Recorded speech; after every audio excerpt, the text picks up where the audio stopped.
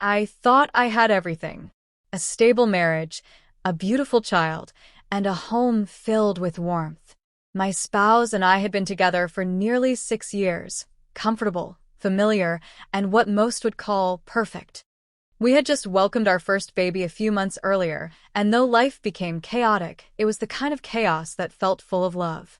We both had demanding jobs, so we agreed to hire a nanny to help. That's when she came into our lives.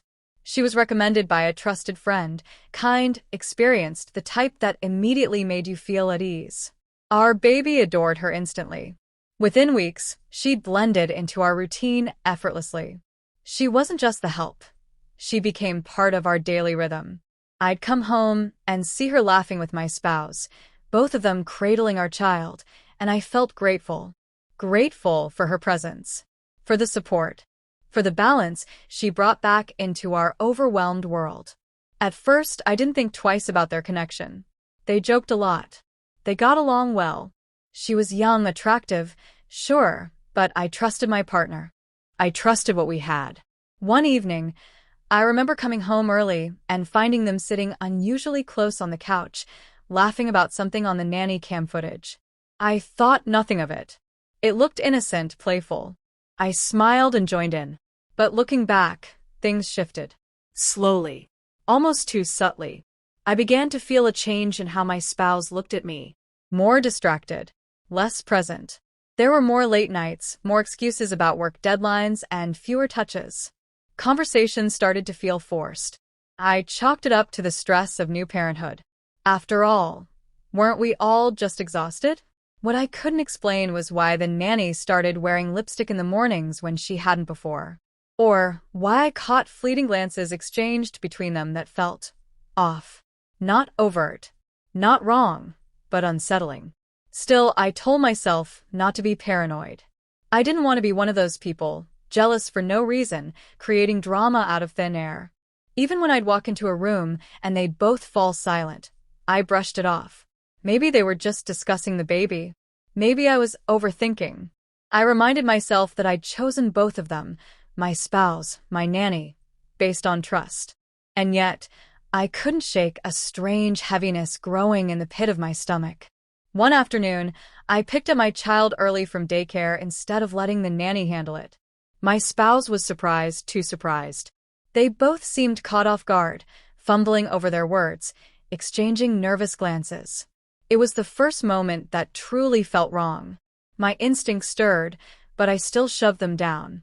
I wanted to believe in the good, in the love I thought we shared, in the bond one believed we had. After all, this was my family. What could possibly go that wrong? It turns out everything. Things began unraveling faster than I could keep up. I started noticing how often my spouse and the nanny were in sync, inside jokes, shared looks, quick laughter that stopped when I entered the room. My gut screamed at me, but I didn't want to confront something that could shatter everything. I told myself they were just comfortable with each other because of proximity. I tried to believe it, but the lies were getting harder to ignore. My spouse suddenly became glued to their phone, tilting the screen away whenever I came near. Notifications would light up late at night, always dismissed quickly. I asked about it once, got a casual brush off, something about work updates. But their tone was too quick, too practiced. I wasn't convinced. Then came the excuses. Random errands that took too long. Mysterious meetings. One time, the nanny stayed late because, apparently, my spouse was too tired to drive her home. I offered to take her myself. They both insisted it wasn't necessary. That moment stayed with me. I saw the flicker of panic in my spouse's eyes, barely noticeable, but enough. The house felt colder. Not physically, but emotionally. Our conversations had become shallow. Just logistics, diaper brands, schedules, bills. No warmth. No depth. When I reached out, I was met with distracted nods and vague responses. The distance between us grew wider with every passing day, yet neither of us said it aloud. We lived in the same space, but weren't really there together anymore. The breaking point began subtly.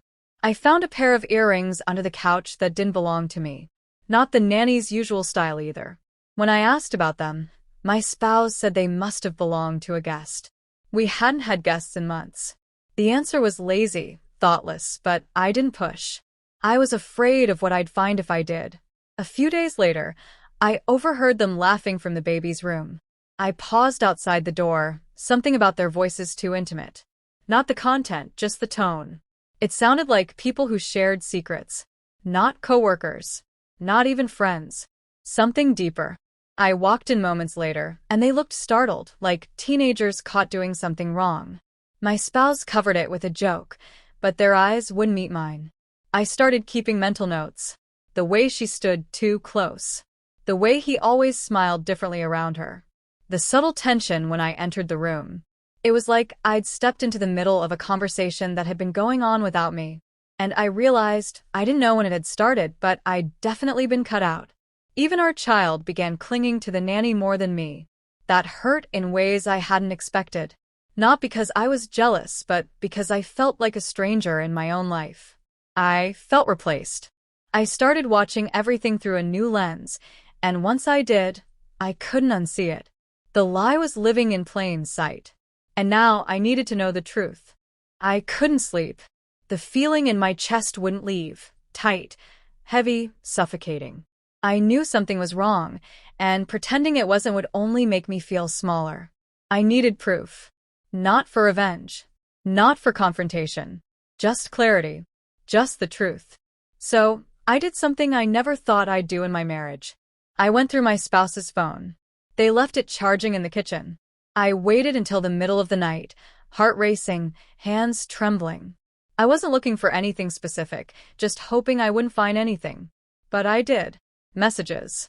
Hidden in a separate folder under an app disguised as a calculator. My chest went numb. It was them, my spouse, and the nanny. The way they spoke to each other wasn't professional. It wasn't friendly. It was emotional, intimate, romantic. Things that used to be said to me, now whispered to her in texts. I couldn't read all of it. I didn't need to. The damage was instant. The next day, I acted normal. I don't know how. I went through the motions, fed my child, smiled when necessary. But inside, I was done pretending. I ordered a small hidden camera and placed it in a discreet spot. I needed to see it for myself. I don't know if I was hoping to be wrong or just desperate to be sure. 2 days later, I got my answer. I watched the footage alone. My spouse came home early. They didn't know I'd left the camera rolling. Within minutes, she appeared. There was no hesitation between them. No guilt. No caution. The way they kissed, it wasn't new. It was routine. Familiar. Rehearsed. It had been going on for a while. I felt the betrayal in my bones. It wasn't just infidelity. It was disrespect. In my house. Around our child. With someone I trusted. Someone I had invited in to help, not destroy. I didn't cry at first. I just sat there, numb, letting the weight of it crush whatever hope was left. The worst part? I couldn't even say I was surprised. Deep down, I already knew. That evening, I confronted them. No yelling. No drama. Just the facts. I told them what I'd found, what I'd seen, and I watched the color drain from both their faces. My spouse tried to deny it at first, then shifted to excuses. Said it just happened. That things had been hard between us, that they felt ignored. The words didn't matter. They sounded pathetic. The nanny didn't say much. She avoided eye contact, offered a weak apology that sounded more like an afterthought. I didn't ask for details. I didn't want to know how many times, or where, or when it started. None of it would make a difference. What mattered was that it happened. And it was unforgivable. The trust, the bond, the life we had built, shattered in a matter of seconds. I packed a bag and left with my child that night. I didn't look back. There was nothing left worth saving. Leaving wasn't the hard part. Living after it was. I stayed with my sister for a few weeks, just me and my child. Every night I'd lie awake trying to piece together how my life had changed so fast. How trust could break so quietly, and how love could rot while you're still holding it. I kept thinking about every ignored red flag, every time I told myself it was nothing. I wasn't angry at first, I was hollow. As if the betrayal had scooped out everything inside me, and I was left walking around in an empty shell. I filed for divorce within the month. I didn't give my spouse a second chance. There was nothing left to repair. They begged, called, sent long messages. I didn't respond. I didn't need closure. The moment they crossed that line, they made a choice. A selfish, cowardly choice. One that didn't just hurt me, but would one day hurt our child too. And as for the nanny, I never saw her again. She vanished like a ghost, and honestly, that made it easier. She was never really part of our family, just someone who wore the mask well. Therapy helped, slowly. At first, I didn't even want to talk. I'd sit there in silence, arms crossed, drowning in the unfairness of it all. But eventually, I started opening up. Not just about the affair, but about the years leading up to it. The emotional distance I'd ignored. The way I minimized my own needs to keep the peace. I stopped blaming myself. I realized that loving someone doesn't mean you have to abandon yourself in the process. Being a single parent brought its own challenges. Mornings were chaotic, nights were lonely. But the love between me and my child only grew stronger. I didn't have to worry about tension in the house anymore. No more secrets, no more watching my back. Just peace, even if it came with silence. People asked if I'd ever trust again.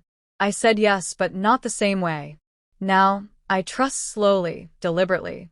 I ask questions. I listen to my instincts. I pay attention to the little things. Love shouldn't feel like guessing. It should feel safe, steady, and honest. I started focusing on myself again, things I'd let go of for years. I read more, slept better, reconnected with friends. I wasn't healing for someone else. I was healing for me. Because I deserved better than what I had tolerated. Not just as a partner, but as a person. I owed it to myself to rebuild on stronger ground. Some days still sting. A smell, a song, a memory I didn't ask for. But it doesn't control me anymore. It's just part of the story now. Not the ending, just a chapter. My nanny did this to me. She broke something sacred. But what she didn't do, what neither of them did, was destroy me. I'm still standing. Stronger, sharper, and no longer naive. I didn't lose myself in the betrayal. I found myself in the aftermath.